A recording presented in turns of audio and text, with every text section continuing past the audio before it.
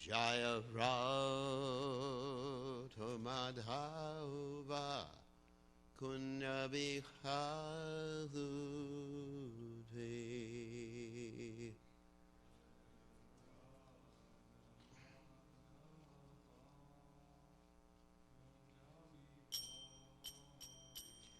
Jai Radha Madhava Kunya Bihadute.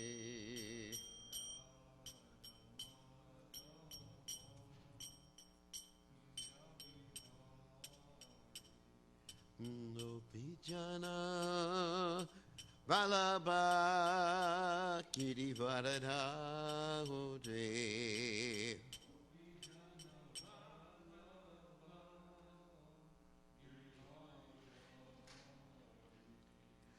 Gopijana Balaba Kirivardha Hote.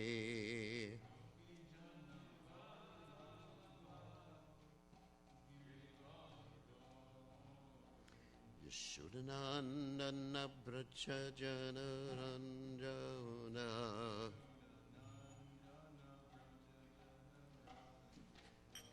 Yashodanandana Brachajana Ranjana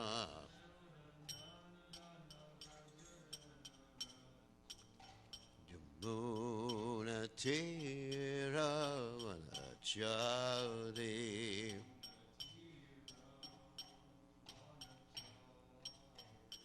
Yamuna Tera Vanachari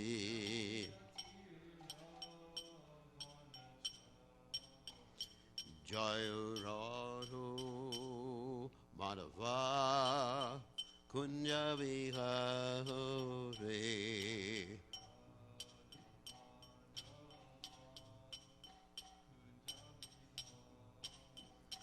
Jaya Radha Madhava Kunya Vihare.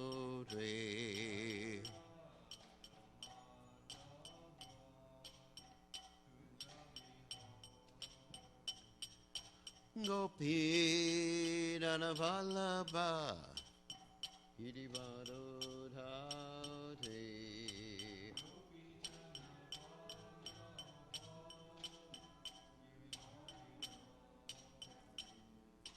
Gopi Dhanavallabha Idivadodhate.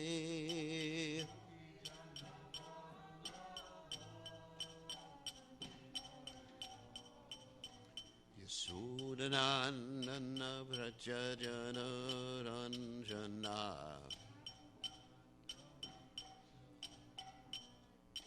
Yashodanandana Vrajajana Ranjana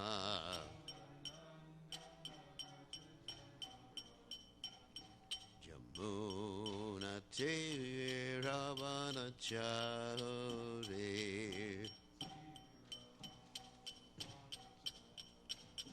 Yamuna Tera Vanachari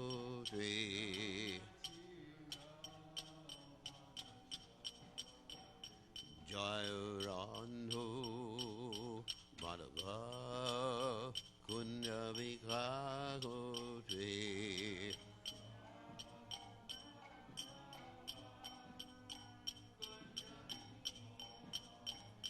Jaya Radha Madhava Kunya Vihare. Madhava Kunya Vihare.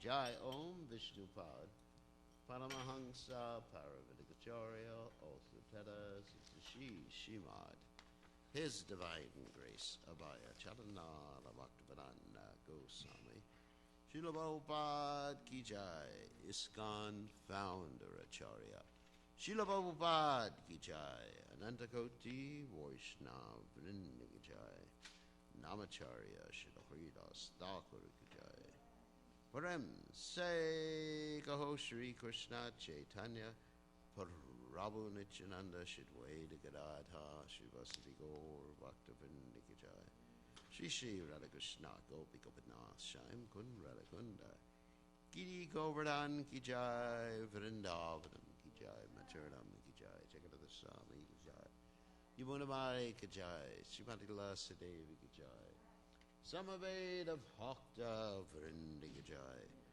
Gaur Premananda Hari Hari Bol.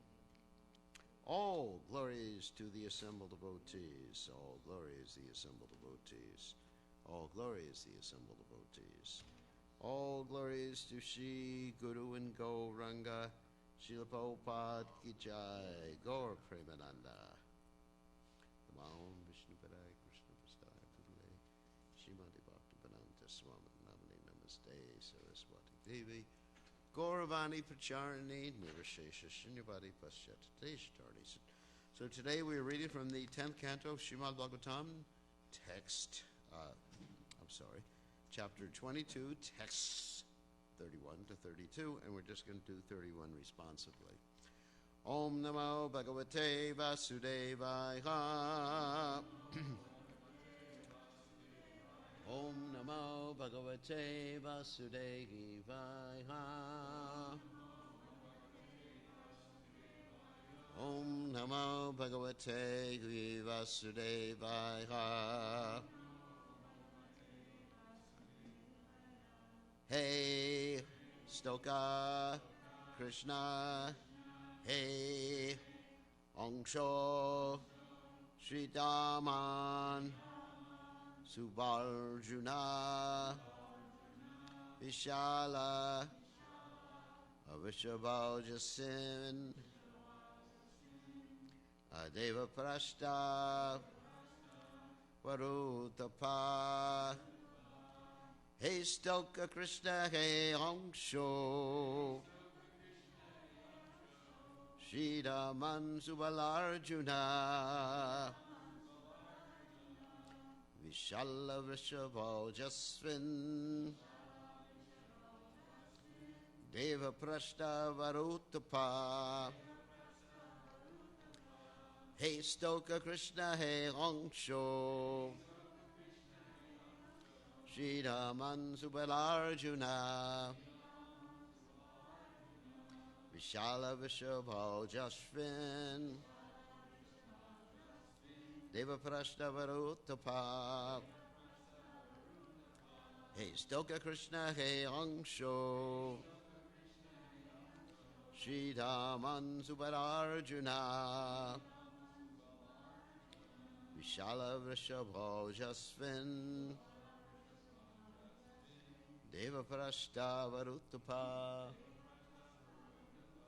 Okay.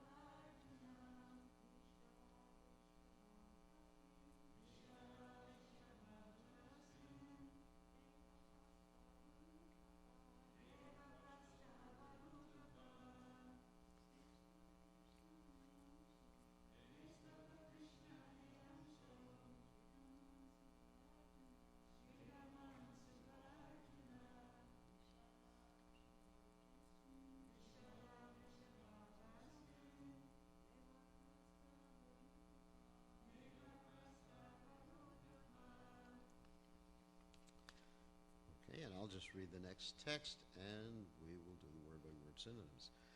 Pashaitan Mahabhagan Paratai Kanta Jivatan Vata Varshata Pahiman Sahanto Varayanti Naha. All right. Hey Stoka Krishna. O Stoka Krishna. Hey Angsho. O Angshu. Sri Daman Subal Arjuna. O Sri Dama, Subala, and Arjuna. Vishala Vishava Ojasvin. O Vishala Vishava and Ojasvi. Devaprashta Varutapa.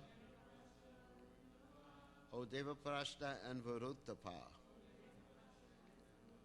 Pashyata, just see. Etan, these. Mahabhagan, most fortunate. Paraartha, for the benefit of others. Ekanta, exclusively. Jivatan, whose life. Vata, the wind. Varsha, rain. Atapa, heat of the sun. Himan, and snow. Snow. There's snow again in Vrindavan. Sahantaha, tolerating. Vadayanti, keep off. Naha, for us.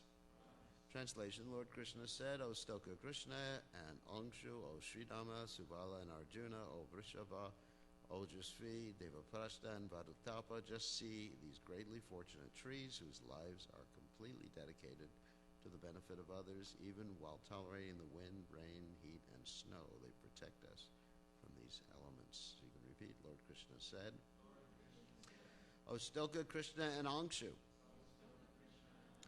O Sridama and Subala, and Arjuna, O Vrishava Ojasvi, Devaprashta and Varutapa. Just see these greatly fortunate trees whose lives are completely dedicated to the benefit of others, even while tolerating the wind, rain, heat, and snow.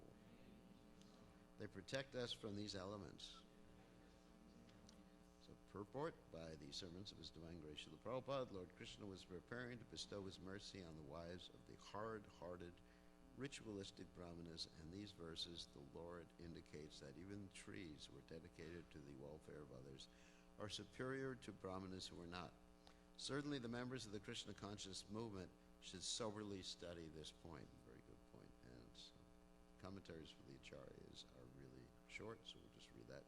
With the intention of showing that being born as a generous tree is a worthy birth for a gentleman, whereas being born as a miserly brahmana is useless, Krishna began praising the trees, calling out to his friends, 8 coward boys, beginning with Stoka Krishna, protected Krishna on the 8 sides, and Devaprashta and Vadutapa, functioning as overseer of the arrangement and lookout, served as the upper and lower directions. The 11th person, Vajrasena, the leader of the coward boys, paying attention to all the details, was situated at a distance. Krishna observed that the trees tolerated rain and other inconveniences, but sheltered others from rain and heat. And Jiva Goswami basically says the same thing. And Sanatan Goswami says the same thing, except there's an umbrella brought in their commentaries. So we're not going to speak about umbrellas today. Anyway, so let's go back to the verse. Anyway, just do Om Gana Timiranda Shah Garanjana Silakaya Jakshurunaditam Yena Tesma Shivare Namaha. So we're not going to speak about trees either today. Sorry to disappoint you. We're going to speak about the topic of the verse, which is basically compassion and toleration. And I'm going to make reference to a very important verse from the Srimad Bhagavatam, which details a Vaishnava's qualities or ornaments. The reason I'm using the word ornaments is the word in the verse is sadhabhushana. Sadhabhushana means the ornaments of a sadhu. So the verse is as follows. This is, of course, spoken by Lord Kapiladev. Tatikshava kurunika surida sarvadehina majata shatra shanta shadavasada bhushana. So the first quality of a devotee, because really, what is a devotee? I mean, of course, obviously, a devotee is someone who is devoted. Anyami lashita shunyam jnana karmana vritamana kulyena krishnana shilana bhakti. That's the primary quality. So from that primary quality, the secondary qualities come. So we can not really see so much the anyami lashita shunyam jnana karmana vritamana kulyena krishnana shilana bhakti. I mean, it's harder to see that someone has devoid shunya, just like we have this word shunyavadi, nirvishesha shunyavadi paschatya deshatarde, devoid or void or vacant, or in Hindi it means zero. So anyway, so it's hard to see, just looking at someone, that he's devoid of any desire for jnana karma and avritam, for mental speculation or liberation or gross sense gratification. I mean, sometimes you look at a devotee. I mean, for example, Pundarik Vijayanidhi. And Pundarik Vijayanidhi, what was his quality? He was a pure devotee, but he actually was very opulent. He was sitting on a bedstead. There was, I guess, silk sheets, a four-poster bed or whatever, and he was chewing betel, and his lips were, I guess, red or whatever it is from the betel nut. And Gadadhar Pandit thought, this guy is like a materialist. So even Gadadhar Pandit was misjudging that particular individual, isn't it? So later on he understood when Mukunda began to sing a wonderful verse from the Srimad Bhagavatam, and Pundarik Vijayanidhi exhibited the different bhavas, that's the Sattvika bhava and Vyabhachari bhava, anyway. So, but the qualities that really shine out that we can see are the ones listed by Lord Kapiladev. And so this is what we should look for with the sadhu, Titikshava Kurunika Surida Sarvadeda, Ajata Shatra Shanta Sadhava Sadhabhushna. And these qualities, they're generally in relationship to other living entities. They're not just like a selfish quality. Oh, he just like rolls on the ground in ecstasy. I saw tears spurting from his eyes like torrents of rain, or what is it, the hair standing on end. It's in relationship to other living entities. So the first quality, and I'm going to give some examples. Don't worry, it's not only going to be a philosophical exposition. Is titikshava. Oh, it's going to be hard without swallowing the mic, and I haven't eaten prasadam yet today, so I'm not that hungry. Yeah, it's really close. So the first quality is titikshava.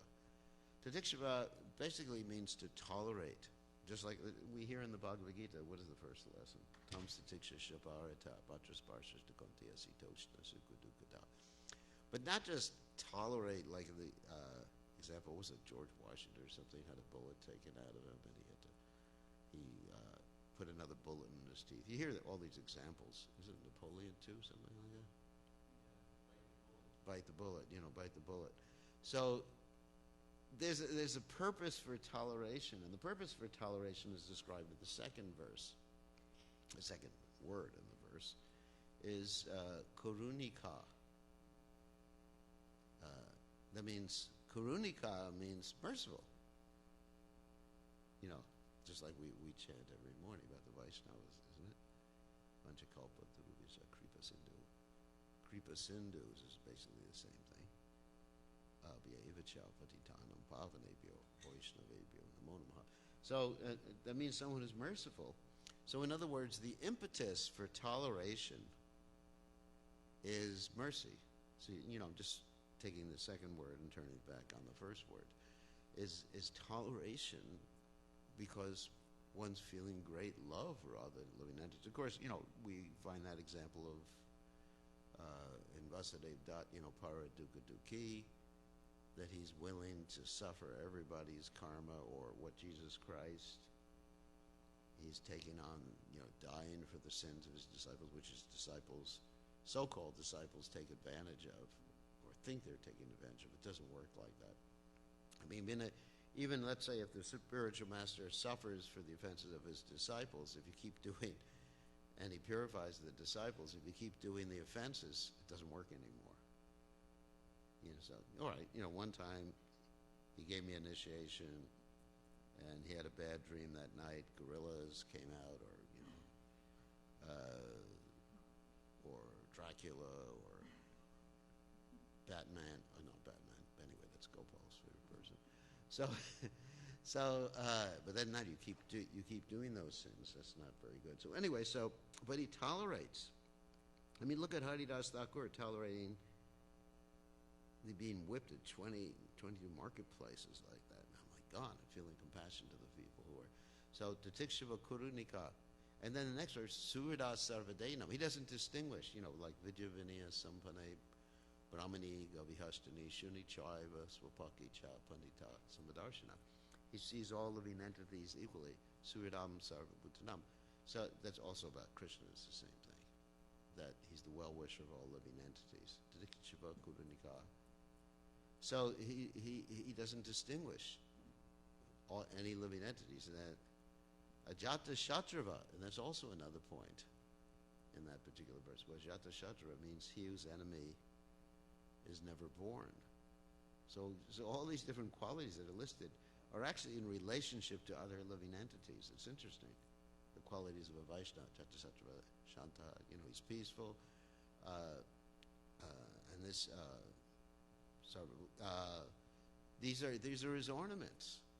These are the ornaments of the sadhu. So we see many examples of this. I was listening to a class this morning, and Prabhupada was mentioning how Lord Chaitanya exhibited this particular quality. And what was the way, or at least the way that Prabhupada was talking about that Lord Chaitanya exhibited this particular quality, is that Lord Chaitanya renounced his hearth and home when he had a wonderful, submissive wife.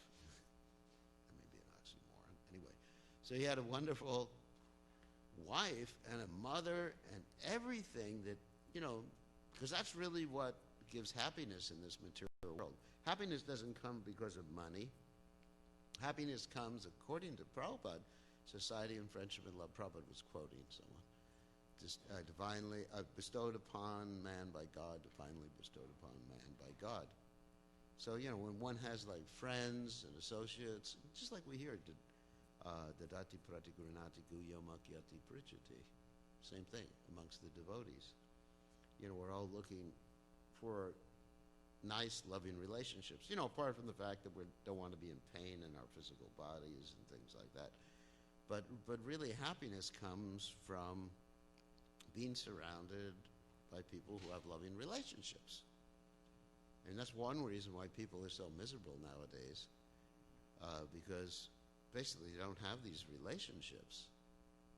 They're separated, of course, and of course they have loving relationships over Zoom at this particular point, which really doesn't suffice. Or money tries to substitute, or they use money to substitute for loving relationships like that. So anyway, so Lord Chaitanya gave that up.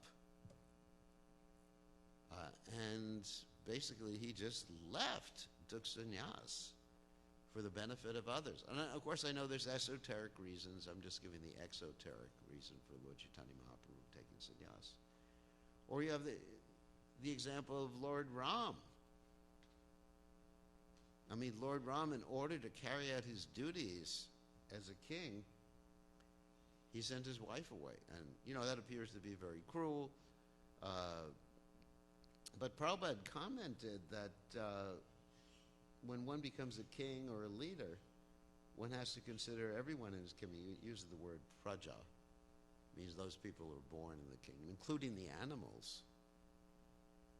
One has to consider equal as far as giving one's attention, mercy, and compassion to. I mean, even there's that story in the Ramayana, how Lord Ram punished a Brahmin for offending a dog. I'll tell it real quickly. The dog came to the door of the castle, started with bark and complain. They let him in. Lakshman let him in, and they asked, "What's the problem?" And the dog said, this Brahmana had beaten me.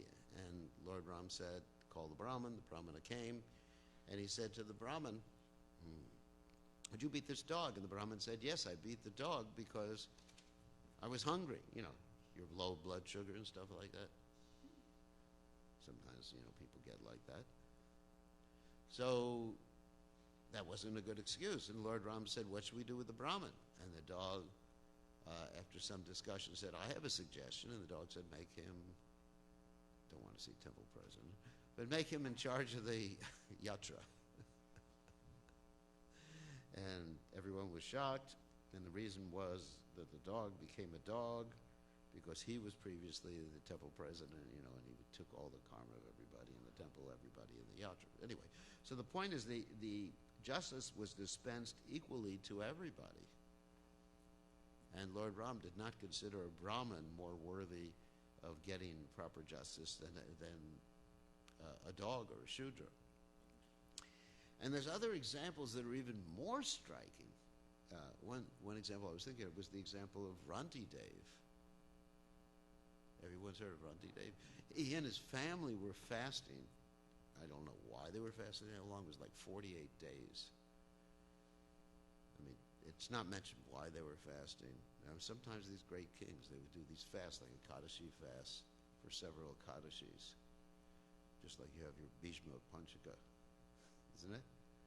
So, but Kali Yuga, we should put our attention to helping others. That's really the point. Because that's Kali Kalera Dharma Krishna Nama Sankirtan. That in this age of Kali, there is Ekon Dharma. That's mentioned in the Chaitanya Charitamrita. That one Dharma, which is Krishna Nama Sankirtan, which is being compassionate, which is why Lord Chaitanya Mahaprabhu took sannyas, and also why Srila Prabhupada didn't advocate or didn't execute any of these severe austerities we hear people doing, right? He just did whatever is necessary in order to spread Krishna consciousness. It meant eating on Ekadashi. He ate on Ekadashi. Bhakti Siddhanta Saraswati Thakur. There's at least one example of how he fed one of his disciples who wasn't feeling well. It was Ekadashi and it was time to preach. He had his disciple eat rice. So really that's the stress, especially in Kali Yuga, just this compassion following in the footsteps of Chaitanya Mahaprabhu. So anyway, we started talking about Ranti Dev, which is a really interesting story. So after 48 days, you get kind of hungry. They had prepared nice food with ghee, pakoras, sweet rice, halva, whatever else. And then all of a sudden he got ready to eat, and a Brahmin came. Brahmin said, I'm hungry. He said, all right, here, take a half of it. And then after that, a Shudra came, and he gave some to him. Then a man with dogs came, and he gave the rest to him. And then he thought, well, at least I got some water to drink. And then what happened after that? A Shudra came, or Chandala, or something like that. And he gave him the water. And he had nothing. And here's a quote. I wrote down this quote, which is really interesting. That really summarizes and shows us what the extent of a devotee's compassion is.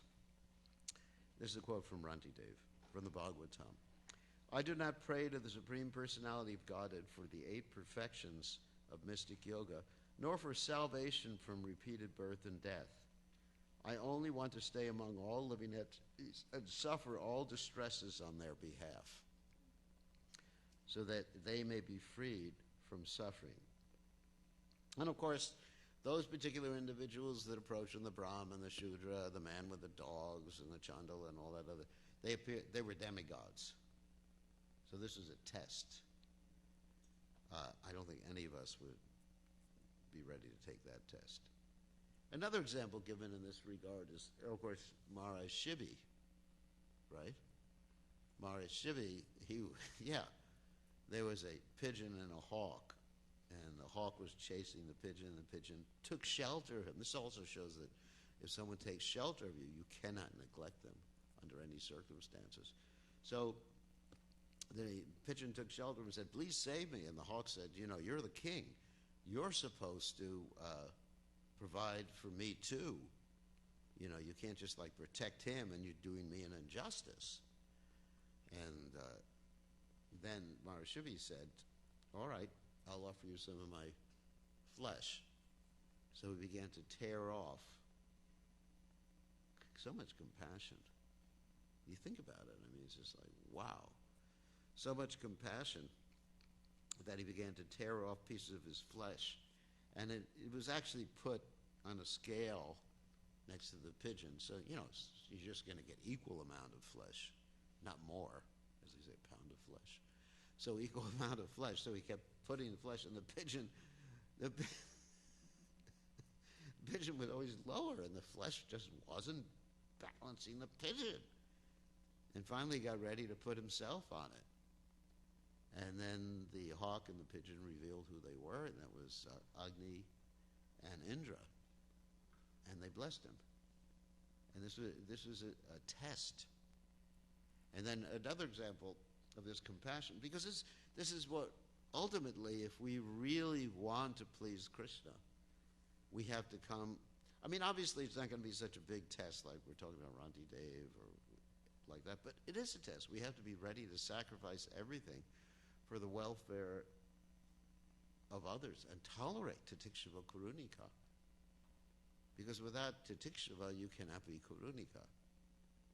And without Kurunika, you cannot be Titikshava. There has to be a motivation or a purpose or a reason. So, about the 6 Goswamis of Vrindavan, I was also thinking about this, and I wrote down one verse in glorification of the 6 Goswamis of Vrindavan, which is from the Goswami Ashtaka. It's a beautiful verse written by Srinivasacharya. Chakvat Tornamasesha Bandalapati Shrenim Siddhatu Jvat Bhutva Dina Ganesha Ko Karudaya Kopina Kanta Shrato Gopi Bhava Rasamata Pati Lahari Kalola Magno Bohor Bande Rupa Sanatano Rago Yago Sri Jiva Gopalago. And the translation is, I offer my respectful obeisances unto the 6 Goswamis, namely Srila Rupa Goswami, and I want to get to more, so I'm not going to go through the whole list, who kicked off all association of aristocracy as insignificant in order,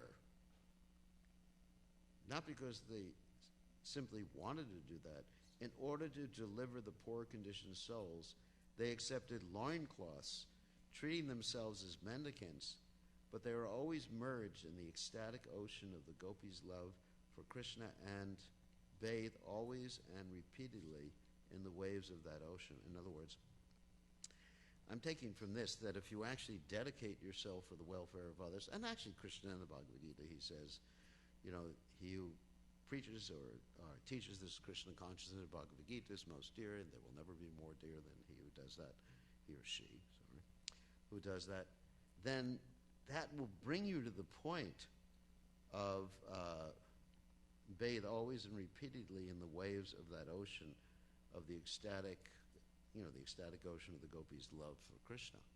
So really that's the point. And so compassion, of course, compassion begins at home. It's not that, we're just nasty to each other and we go out in Sankirtan, but it's, dadati pratigurnati guyamakyati prichati bhukte bojyate chaiva. So we have to have loving relationships amongst each other. Last night I was dealing with some situation in some other country where the devotees were at each other's throats, and I had to suggest mediation because I can't do anything over the internet or over the phone or whatever like that. So, that's not pleasing to Krishna. And they're fighting over the deities. Really fighting over who's going to do this with the deities or that with the deities, So what's the priority? Kanishtarika sees Krishna what? On the altar, and then everywhere else. As soon as you walk out of the temple room, that's it. So what's the priority? Priority should be with the devotees, the relationships. There's something that people really need to get more than anything else. And there was another story I wanted to tell before I end class, which is perhaps the most important instructive story that I've ever read about sacrificing yourself and your body and everything for the welfare of others. This is a story from the 6th canto of Srimad Bhagavatam that involves the sage Dadichi. And Dadichi, he had strong bones because he'd been chanting the Rayana Kavacha mantra for a long period of time. And his bones, I mean, certainly didn't have osteoporosis, right? Anyone know what osteoporosis is? No. It means holes in the bones. So he didn't. And his bones were stronger than Indra's thunderbolt.